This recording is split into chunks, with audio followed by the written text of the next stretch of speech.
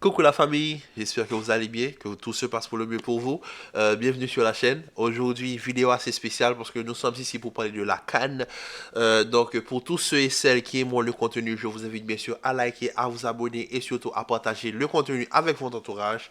Sur ce, revenons sur cette CAN qui est plus que historique, une CAN qui pour moi rentre littéralement et avec toute objectivité dans le top 5 des meilleures CAN, pour ne pas dire top 3, même top 2 des meilleures éditions de la CAN, parce que quand même, il y a l'édition 2008. On va pas, faut pas, voilà. C'est sûr que cette CAN-là, 2008 entre 2008 et 2024, 2023, ça se joue. Parce qu'on va pas se mentir, l'édition 2008 était très belle.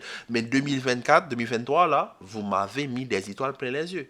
Et déjà, félicitations à la Côte d'Ivoire. Mais vous avez montré au monde que dans le football, il faut jamais abandonner. N'oublions pas que la Côte d'Ivoire était éliminée en phase de poule. La Côte d'Ivoire s'est fait corriger par la Guinée équatoriale 4-0. C'est grâce au Ghana, à la Mozambique et au Maroc que la Côte d'Ivoire passe comme meilleur troisième. Et en étant dernier des meilleurs troisièmes, il tombe sur le champion en titre, Sénégal. Et là, je me dis, ça sent pas bon. Mais bizarrement, non. Leur bonne étoile était là. Ils ont cru jusqu'au bout. Le travail aurait dû être fait et ils l'ont fait. Vraiment, ils l'ont fait de la meilleure des manières. Ils sortent le Sénégal, ils sortent le Mali, ils sortent le Congo. Ben voilà, voilà, il n'y a rien à dire. Il n'y a rien à dire. Franchement, exceptionnel. Ils sortent le Nigeria en finale. Ils remportent leur trophée 2-1. Match maîtrisé. Il n'y avait rien à dire. Pour moi, cette Coupe d'Afrique des Nations m'a mis les étoiles plein les yeux. Et j'espère que pour tous ceux qui ne connaissent pas, du moins qui ne connaissent pas vraiment le continent africain, vous avez eu la chance d'admirer ce berceau qui est très sous-estimé dans le football. Parce que je le dis et je le répète tout le temps, le berceau africain est un berceau très sous-estimé. Le berceau africain nous pond toujours des grandes légendes en passant de Roger Mila par la génération Pogba, Eto'o, Touré, Kolo Touré, et Asamoah Gyan, Michael Essien, John Obi Mikel, JJ Okocha, tout ça là qui est passé par, et quand même il y a Emmanuel Adebayor, tous ces grands joueurs là sont sortis du continent africain et franchement euh, je, moi je suis très très sensible au continent africain parce que franchement la CAN ça a toujours été une compétition que je suis toujours, que j'ai jamais raté une édition.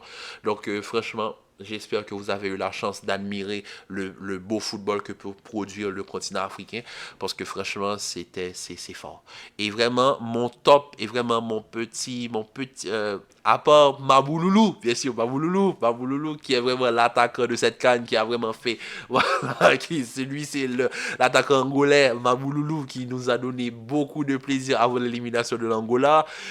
Franchement, c'était fort. Mais vraiment, ma pépite de cette canne, c'est Adingra, qui termine aussi l'homme du match en face au Nigeria. Adingra, franchement, pour moi, c'est le Neymar ivoirien.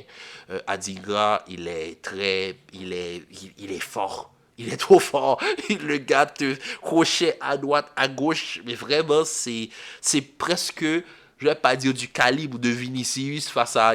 Bon, c'est presque Vinicius face à Couteau, le pauvre. Le pauvre. Il pleurait hier. Mais bon, c'est comme Vinicius face à Couteau. Mais Adingra, les latéraux qui lui ont fait face, mais je pense qu'il leur donne. Voilà, quand ils rentrent à l'hôtel, ils ne peuvent pas dormir. C'est compliqué. Quand tu regardes Adingra jouer, sachant qu'il est très mince et qu'il est très agile, c'est très difficile de le prendre au marquage. Mais Adingra a été une surprise. C'est vraiment ma pépite de ce trophée, de cette compétition. Franchement, Adingra a fait une compétition exceptionnelle. En plus, la Côte d'Ivoire, avec tout ce qu'il y avait autour, il y a Jean-Louis Gasset qui quitte la Côte d'Ivoire en cours de compétition, il y a son adjoint qui prend la tête de la sélection. Ensuite, il amène cette sélection jusqu'à la finale et remporte ce trophée à la maison. Franchement, c'était exceptionnel. Donc, félicitations à la Côte d'Ivoire. Les pays du Maghreb ont été une très grande déception pour moi. La Tunisie, voilà, l'Italie, le catenaccio africain, ça n'a pas fonctionné cette fois-ci, je vous l'ai déjà dit. La défense, c'est bien, mais il faut de l'attaque. Bon, en termes de défense, si vous pouvez aller aider les Catalans, ça aurait pu. Voilà. Ensuite, le Maroc, franchement, c'est dur. Et moi, c'est là que je commence vous allez encore me donner raison quand je dis que les compétitions continentales sont plus compliquées à remporter qu'une compétition internationale. Par exemple, une CAN est plus difficile à remporter qu'une Coupe du Monde. Ah ouais? Ah ouais, on peut tout me dire, mais une CAN est plus difficile qu'une Coupe du Monde. Une Coupe d'Europe est plus difficile qu'une Coupe du Monde. Parce que ce mélange-là, tu auras peut-être une chance de tomber sur un Panama, un Costa Rica, un Qatar. Mais non, là, on est entre nous, on est entre frères, on se connaît très bien. Donc là, par exemple, le Maroc en Coupe du Monde, ils savent que eux, quand ils vont jouer face à l'Espagne, eh ben, c'est des petits poussets. Ils vont jouer défense, ils vont jouer bloc bas, ils vont jouer contre-attaque. Et ça va fonctionner. Ça va fonctionner. Mais en Afrique, le Maroc, c'est eux les favoris. Donc les équipes qui vont jouer face au Maroc, ils vont jouer bloc bas. Et là, ça va être compliqué. Et on a vu aujourd'hui, face à des équipes où ils étaient en danger, ils ne pouvaient pas trouver des solutions. Et dès que le joueur qui avait ce petit toucher magique, ce petit toucher de balle qui pouvait trouver la solution, c'est-à-dire Hakim Ziyech, était out, eh ben c'est fini. Élimination. Ça, c'est déjà pour le Maroc. Ensuite, il y a la plus grosse déception pour certains, l'Algérie. L'Algérie qui a fait honte à tout un pays, à tout un peuple, à tout un... Franchement, l'Algérie, c'est sortir d'un groupe comme ça avec la Mauritanie qui te qui montre beaucoup plus d'envie que toi lors de cette rencontre, sachant que le coach de la Mauritanie, mais franchement, lui là, c'est le GOAT en plus, il a été renouvelé pour être entraîneur de la Mauritanie jusqu'en 2026, 2028, je ne me rappelle pas. Franchement, lui, la conférence de presse, même pas la conférence de presse, il dit juste, dites à Belmadi de se préparer. Ah oui, là, il le savait. Il savait qu'il allait donner une leçon à Belmadi. Franchement, c'était... Franchement, cette Coupe d'Afrique, si vous n'avez pas vu, vous avez raté. Franchement, vous avez raté.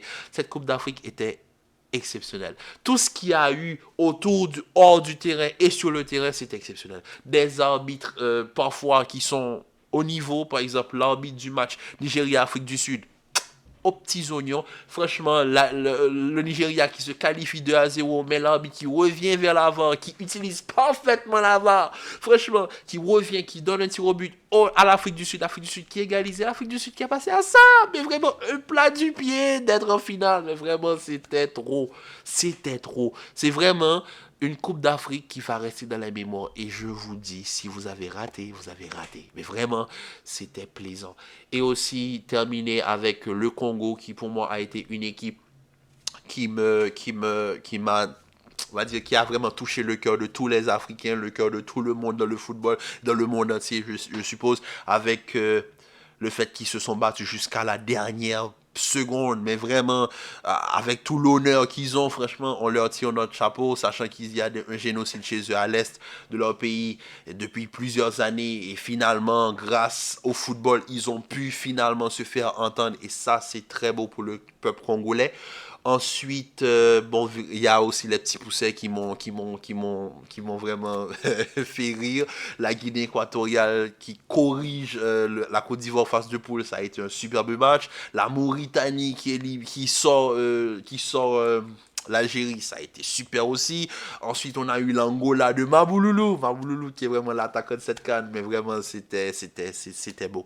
L'Afrique du Sud, franchement, ça m'a fait plaisir de les revoir à ce stade de la compétition. Ils terminent troisième de cette CAN et franchement, c'est plus que mérité. Ils battent le Congo au tir au but hier. Franchement, j'ai rien à dire parce que cette canne-là, si vous ne l'avez pas vécue, je ne peux pas l'expliquer par des mots. Le fait de redonner un petit peu de couleur à la Côte d'Ivoire, franchement, les Ivoiriens qui retrouvent le trône du continent africain, franchement, ça fait plaisir. Et ça fait longtemps que la Côte d'Ivoire, depuis quelques années, j'attendais à ce qu'ils arrivent à faire quelque chose sur le continent. Et c'est plaisant. Franchement, félicitations à tous, aux Congolais, aux Sénégalais. Sénégal aussi qui a été une petite déception. Mais bon. Voilà, c'est très compliqué de remporter 2 Coupes d'Afrique d'affilée. Il faut s'appeler l'Égypte ou quoi que ce soit. Même l'Égypte aussi, avec Moussala, malheureusement, Moussala était sorti sur blessure. Et je savais que dès que Moussala n'était pas là, ça allait être compliqué. Parce que quand même, avec des Mohamed El Neni qui ne jouent pas à Arsenal, qui sont titulaires en sélection, c'est compliqué. Mais bon, En tout cas, sur ce, la famille, je vous dis à très bientôt pour une nouvelle vidéo. Commentez, likez, partagez, restez en paix, en santé. Demain, on revient avec l'avant-match de la Ligue des Champions. Donc, sur ce, prenez soin de vous. Encore une fois, félicitations aux Ivoiriens. Félicitations à toutes les équipes africaines qui ont pu vraiment faire partie de cette CAN et qui nous ont offert un spectacle exceptionnel. Donc, félicitations à vous tous. Prenez soin de vous. On se dit à très vite pour une nouvelle vidéo. Peace.